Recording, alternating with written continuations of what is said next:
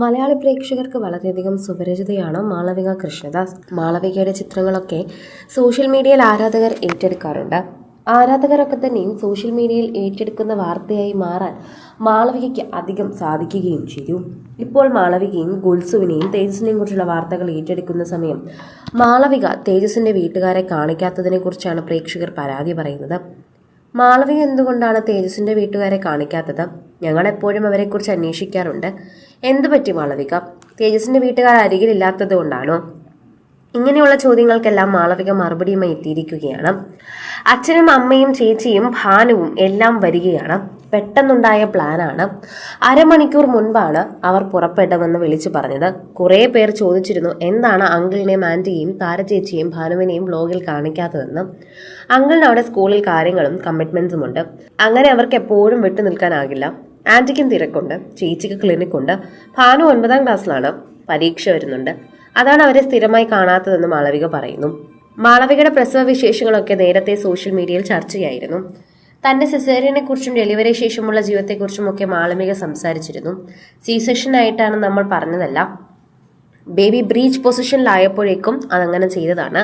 Pain induce ചെയ്തപ്പോൾ 2 centimetre dilation ആയിരുന്നു. അതിനിടയിലാണ് ബ്രീച്ച് പൊസിഷനിലേക്ക് മാറിയത്. സത്യം പറയാലോ, എനിക്ക് ഭയങ്കര സന്തോഷമായിരുന്നു. വേറൊന്നും കൊണ്ടല്ല, എന്നെ കൊണ്ട് പെയിൻ താങ്ങാൻ പറ്റില്ല. മാളവിക എങ്ങനെയാണ് പറഞ്ഞത്.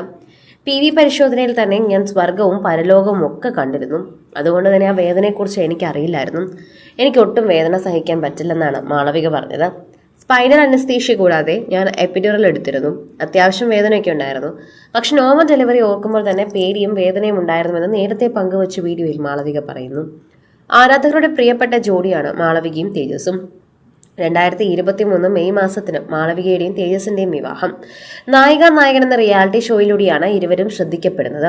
അന്ന് ഷോയിലെ മത്സരാർത്ഥികളായിരുന്നു ഇരുവരും. പിന്നീടാണ് ഇരുവരും വിവാഹിതരാകുന്നത്. ആരാധകർക്കും കൂട്ടുകാർക്കുമെല്ലാം വലിയ സർപ്രൈസ് ആയിരുന്നു. മാളവികയുടെയും തേജസിന്റെയും വിവാഹം വളരെയധികം വ്യക്തമായിരുന്നു. ഇക്കഴിഞ്ഞ ജൂലൈയിലാണ് മാളവിക ഗർഭിണിയാണെന്ന വിവരം താരങ്ങൾ അറിയിച്ചത്. ഇരുവരുടെയും വ്ലോഗിലൂടെ നേരത്തെ പ്രേക്ഷകർക്ക് കാര്യം മനസ്സിലായിട്ടുണ്ടായിരുന്നു. എന്നാൽ അവർ പറയുകയോ ചോദിക്കുകയോ ചെയ്തിരുന്നില്ല. മാളവികയും തേജസും പറയുന്നത് വരെ അവർ കാത്തിരിക്കുകയായിരുന്നു. ശരിക്കും പറഞ്ഞാൽ അവർക്ക് കുഞ്ഞിന്റെ കാര്യം നേരത്തെ അറിയാമായിരുന്നുവെന്ന് മുൻപും നേരത്തെയും പറഞ്ഞിട്ടുണ്ട്. പല വ്ലോഗിലൂടെയും അവർ വ്യക്തമാക്കിയിട്ടുണ്ട്.